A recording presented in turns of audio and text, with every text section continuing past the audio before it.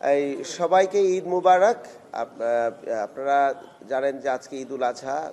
আমাদের দুই সিটি কর্পোরেশনের পক্ষ থেকে আমাদের জন্য একটি বড় দায়িত্ব, সেটা হচ্ছে যে দুই সিটি কর্পোরেশনে প্রায় আগামী 3 দিনে, আজকে দিন সহ প্রায় 40,000 টন কোরবানির বর্জ্য উৎপাদিত হবে। এবং বিশেষ করে উত্তর সিটি কর্পোরেশনে আমরা আমাদের যে টিম আছে সেই টিম অনুযায়ী এখন পর্যন্ত পুরো ঢাকা শহরে আমাদের অংশে 7,800 টন বর্জ্য উৎপাদিত হয়েছে এবং আমরা সেগুলো কালেক্ট করেছি। কালেক্ট করে STS হয়ে আমরা এগুলো ল্যান্ডফিলে আমরা ডাম্পিং করতে পেরেছি। এটি একটি চলমান প্রক্রিয়া, আপনারা জানেন। তারপর আমরা বলতে চাই, এখন পর্যন্ত আজকের দিনে যতটুকু পরিমাণ মানে কোরবানির বর্জ্য উৎপাদিত হয়েছে তার প্রায় 85% উপরে আমরা আসলে এই ময়লা কালেক্ট করতে পেরেছি এবং ডাম্পিং করেছি। কিছু কিছু চ্যালেঞ্জেস আমরা ফেস করেছি, সেটা হচ্ছে যেহেতু কোরবানি এখনও হচ্ছে, আমরা এই যে এখন কথা বলছি এখনও অনেক জায়গার মধ্যে গরু খাসি এবং অন্যান্য পশু জবাই চলছে।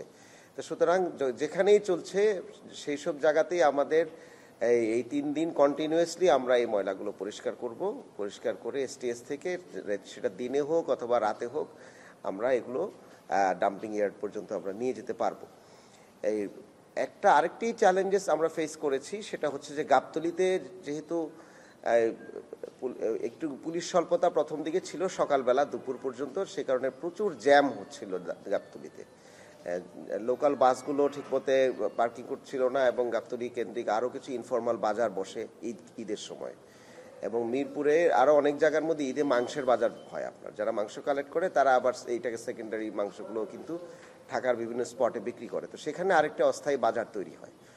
তা আমরা ডিএমপির সাথে আমরা যোগাযোগ করার সাথে সাথে তাৎক্ষণিকভাবে ডিএমপি থেকে আমরা একটি ভালো সাপোর্ট পেয়েছি এবং যে কারণে আমাদের যে ময়লাগুলো ডাম্প ট্রাকের যে লাইন ছিল, দীর্ঘ লাইন, সেই লাইন কিন্তু কনজেশনটা খুব দ্রুত আমরা এটা মানে আমাদের অনুকূলে চলে এসছে।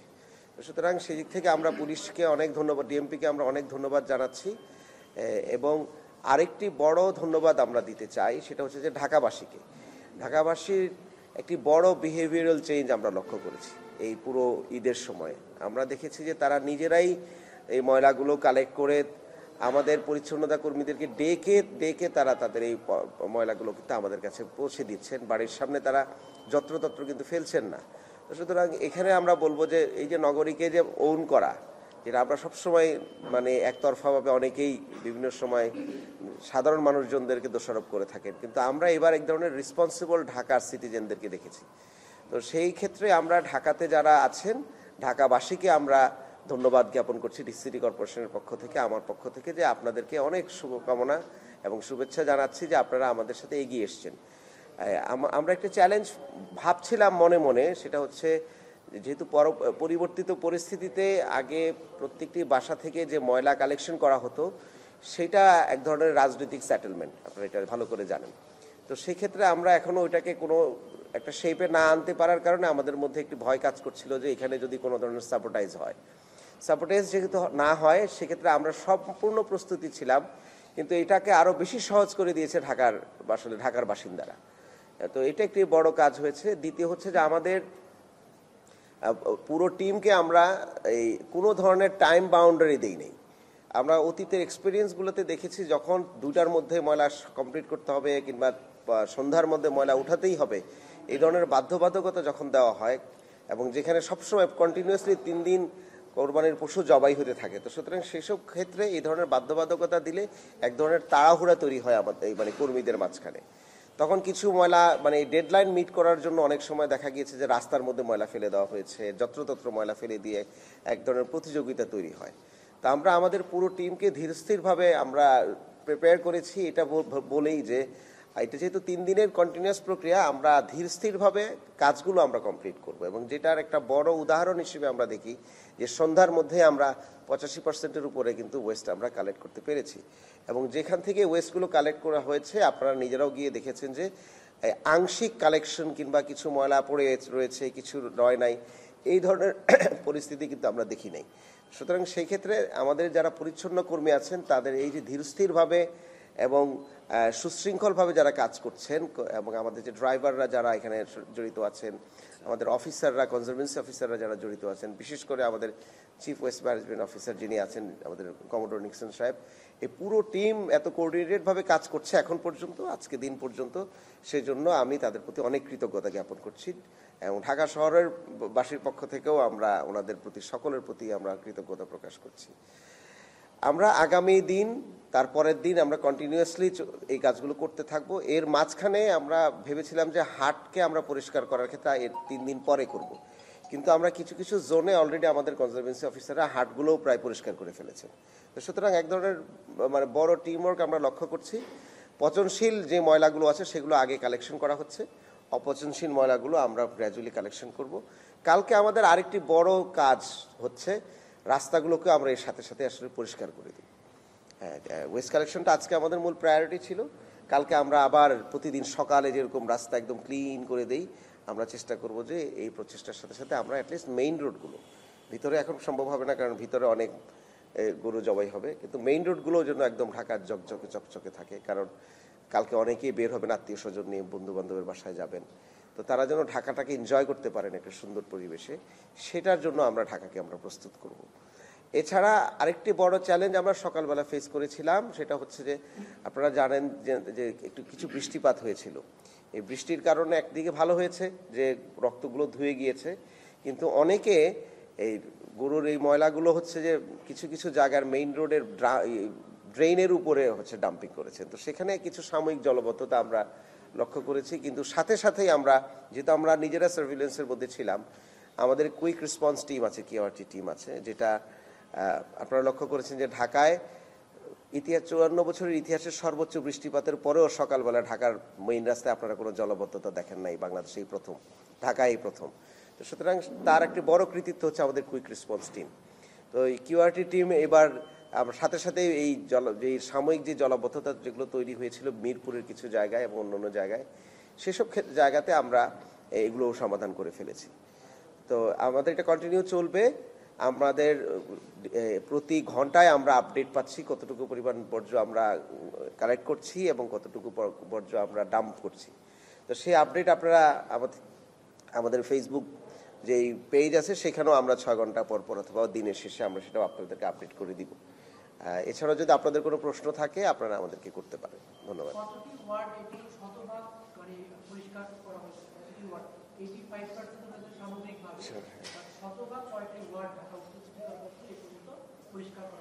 প্রথম কথা হচ্ছে যে 100% পরিষ্কার করা ইম্পসিবল, কারণ এখনো গরু পড়ছে। তো সুতরাং আমরা যদি ক্লেম করি 100% পরিষ্কার হয়েছে, তাহলে এটা একটা আনন্যাচারাল কথা হবে। হ্যাঁ, বাট আমরা এতটুকু বলতে পারি যে কোথাও ময়লা পড়ে নাই, এই প্রচেষ্টাটা আমাদের আছে, কোথাও ময়লা পড়ে নাই। এবং আপনারা অনেকে যারা লাইভ করতে গিয়ে দেখেছেন যে ময়লা আসছে, লাইভ শুরু হওয়ার আগে ময়লা নিয়ে চলে যাচ্ছে, মানে এই অভিজ্ঞতাটা আমি শিওর যে আপনাদের মধ্যে কিন্তু আপনারা দেখেছেন। এবং আমরা নিজেরাও দেখেছি যে আমরা কথা বলছি, কালেকশন করে আসছে, সাথে সাথে এটা আবার ড্রাম ট্রাক রেডি হয়ে গেছে এটাকে নিয়ে যাওয়ার জন্য। That means entire team is active, আমরা একটু বলতে পারি, এবং চলমান আছে।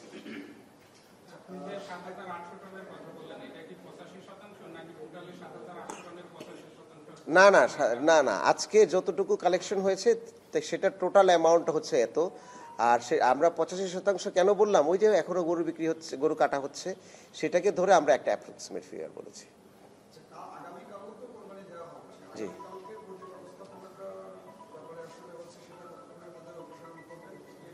হ্যাঁ,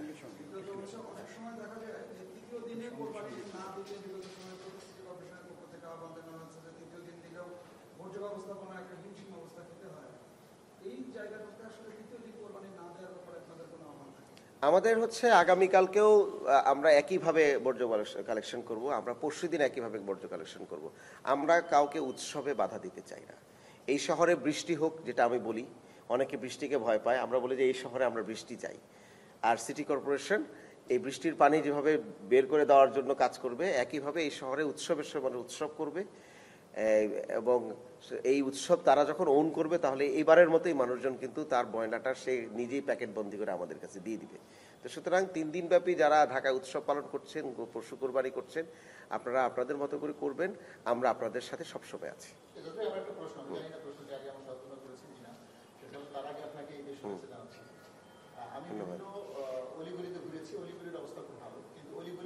যেসব ছোট ছোট ভ্যানে করে ময়লাগুলো একই জায়গায় এনে রাখা হচ্ছে, অর্থাৎ মেইন রাস্তাগুলো থেকে কিন্তু ময়লা এখন সরছে না।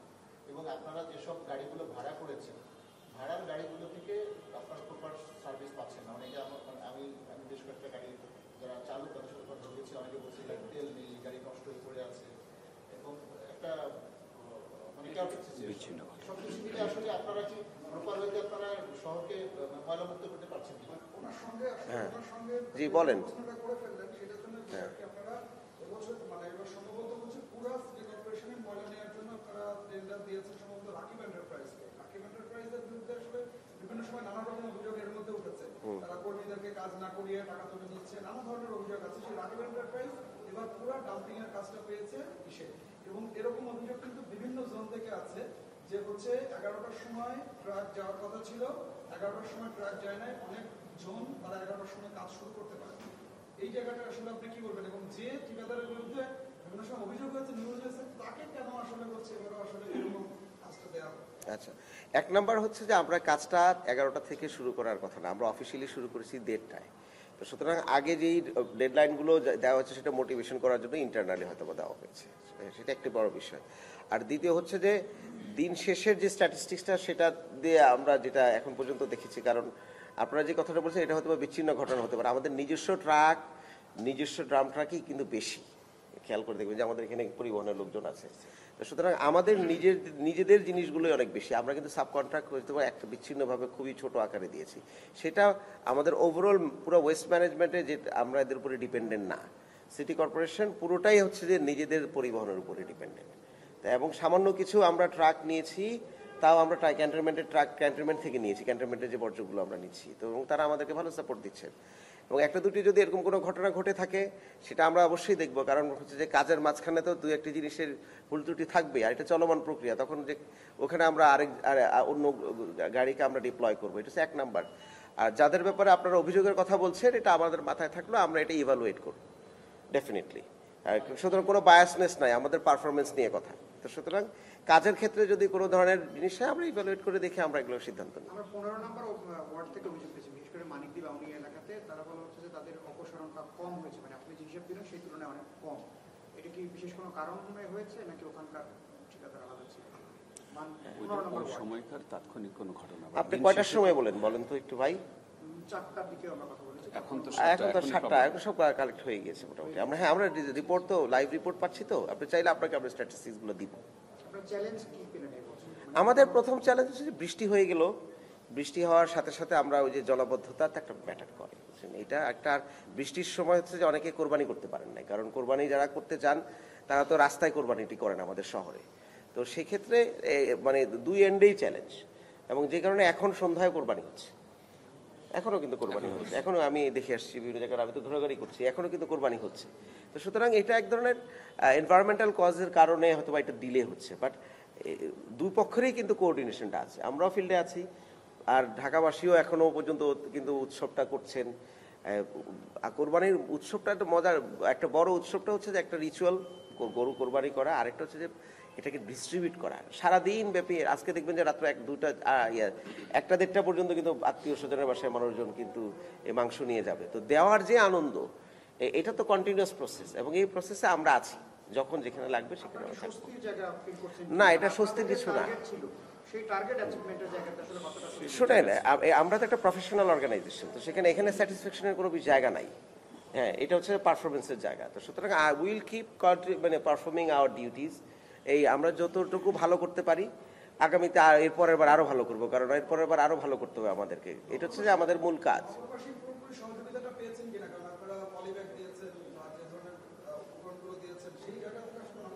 আমরা একটা ফিডব্যাক দিই, যে আমি তো অনেকের সাথে কথা বলেছি, সেখানে আমরা এবার নগরবাসী আমাদেরকে মানে কোর্ডিয়ালি আমাদের ভলেন্টিয়ার এবং আমাদের লোকজনদেরকে বলে যে আমাদের বাড়ি বাড়ি এসে এবার যে ব্লিচিং পাউডার দেওয়া এবং বাড়ি বাড়ি এসে যে পলিথিনের ব্যাগ দেওয়া, এটা আমরা মানে আগে কখনো এত কোর্ডিয়ালি দেখিনি। কারণ আগে খুঁজে দিতে হতো, এবং যারা একসময় নির্দিষ্ট দল করতো সেখান থেকে একটা ব্লেসিং, তারা কাগজ মানে পলিথিনের ব্যাগ পেত কাউন্সিলর অফিস থেকে। এবার তো কোনো যেহেতু রাজনীতিকরণ নাই, আমাদেরও বডিটাও আমরা এখানের মধ্যে কোনো পলিটিক্যাল বায়াসেস আমাদের মধ্যে নাই, তো আমরা এক ধরনের ইনডিফারেন্টলি ঢাকাবাসীকে ঢাকাবাসী মনে করে সার্ভিসটা আমরা দিচ্ছি।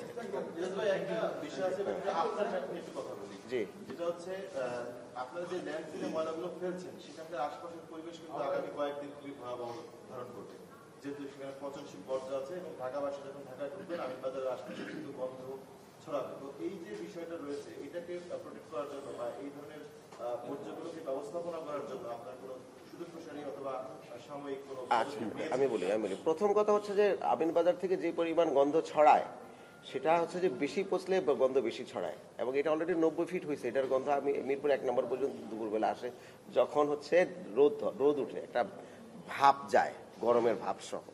তো এখন তো বৃষ্টি, বরং এটা কম হবে, কারণ আমি ওয়েস্ট নিয়ে কাজ করি। যেটা ইস্যু আপনি যেটা বললেন যে সেটা হচ্ছে যে এটাকে সাস্টেনেবল সলিউশন কিনা এরকমভাবে ওপেনভাবে ফেলে রাখার জন্য, ডেফিনেটলি না। এবং আমাদের আমিনবাজার ফিল্ডটা তো 2017 সালে এক্সপায়ার করে গেছে, এবং আপনি শুনে অবাক হবেন যে আমরা এবার আমাদের এই পুরো টিম আমরা দিনের পর দিন বসেছিলাম। আমাদের এখানে গেলে আপনি লাইট পাবেন, সারা রাত লাইট থাকবে, আমাদের অফিসাররা এখনো বসে আছে। এই যেহেতু এটা এক্সপায়ার জায়গা, সেটাকে আমরা একটা ওয়ার্কেবল কন্ডিশনে নিয়ে আসছি আবার নতুন করে, আমাদের উপায় নাই। না এটা আসতেছে না, আমরা সেটা বলি সেটা আচ্ছা নিয়েছি, অলরেডি নেওয়া হয়েছে। 1 নম্বর হচ্ছে যে যেহেতু এই ল্যান্ডফিলটা এক্সপায়ার করছে 17 থেকে আজকে 8 বছর, 8 বছরে এটা নিয়ে কোনো ধরনের কাজ হয় নাই। একটা ওয়েস্ট টু এনার্জি এগ্রিমেন্ট করা হয়েছে, কিন্তু সেই এগ্রিমেন্টটা এখন পর্যন্ত বাস্তবায়ন হয় নাই। আরেকটা হচ্ছে যে এর ময়লাগুলো আপাতত ফেলবে কোথায়, সেটার জন্য আমরা গত সপ্তাহে আরো 50 একর নতুন করে অ্যাকুইজিশন করার জন্য ফাইল আমরা ফাইন্যান্স মিনিস্ট্রিতে দিয়ে আমরা এটা অ্যাপ্রুভাল করাই ফেলছি। 618 কোটি টাকার অ্যাপ্রুভাল এটা আমরা করিয়ে ফেলেছি। সুতরাং এই যে আমাদের যে টিম, সেই টিমের এটা একটা বড় অ্যাচিভমেন্ট আমরা মনে করি। বাট আমরা তারপরেও বলি এটা হচ্ছে this is an emergency. But এই ওপেন ওয়েস্ট ম্যানেজমেন্ট সিস্টেমটা এটা আজ থেকে 150 বছরের পুরাতন। বাংলাদেশে এরকম ওয়েস্ট ম্যানেজমেন্ট সিস্টেম নিয়ে আসতে হবে যেখানে ল্যান্ডফিল লাগবে না, যেখানে STS থাকবে না। আমরা সেটারও একটা পাইলটিং শুরু করেছি। আশা করি 2-3 মাস পরে আপনাদের সামনে যখন আবার আসবো, তখন ওই পাইলটিং এর গল্পটা আপনাদের সামনে নিয়ে আসতে পারবো। ধন্যবাদ।